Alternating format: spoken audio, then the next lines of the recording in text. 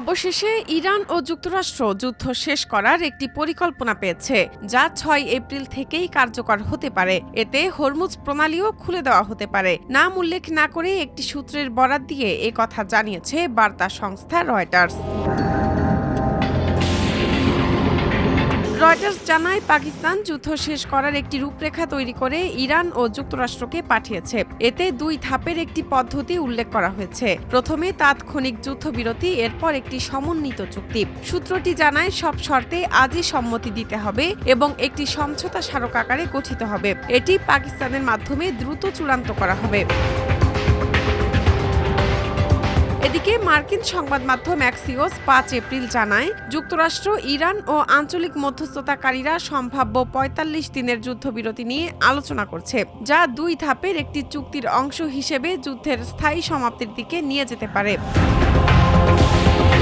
ওই সূত্রটি রয়টার্সকে জানায়, পাকিস্তানের সেনাপ্রধান ফিল্ড মার্শাল আসিম মুনির যোগাযোগ রাখছেন মার্কিন ভাইস প্রেসিডেন্ট জেডি ভ্যান্স, বিশেষ দূত স্টিভ উইটকফ ও ইরানের পররাষ্ট্রমন্ত্রী আব্বাস আরাকচির সঙ্গে। প্রস্তাব অনুযায়ী যুদ্ধবিরতি সঙ্গে সঙ্গে কার্যকর হবে এবং হরমুজ প্রণালী আবারও খুলে দেওয়া হবে। পাশাপাশি ১৫ থেকে ২০ দিনের মধ্যে একটি সমঝোতা চূড়ান্ত করার সময়সীমা থাকবে। প্রস্তাবিত চুক্তিটির নাম থাকবে ইসলামাবাদ চুক্তি, যেখানে হরমুজ প্রণালী ঘিরে একটি আঞ্চলিক রূপরেখার উল্লেখ থাকবে এবং ইসলামাবাদে ২ পক্ষের মধ্যে সরাসরি বৈঠক অনুষ্ঠিত হবে।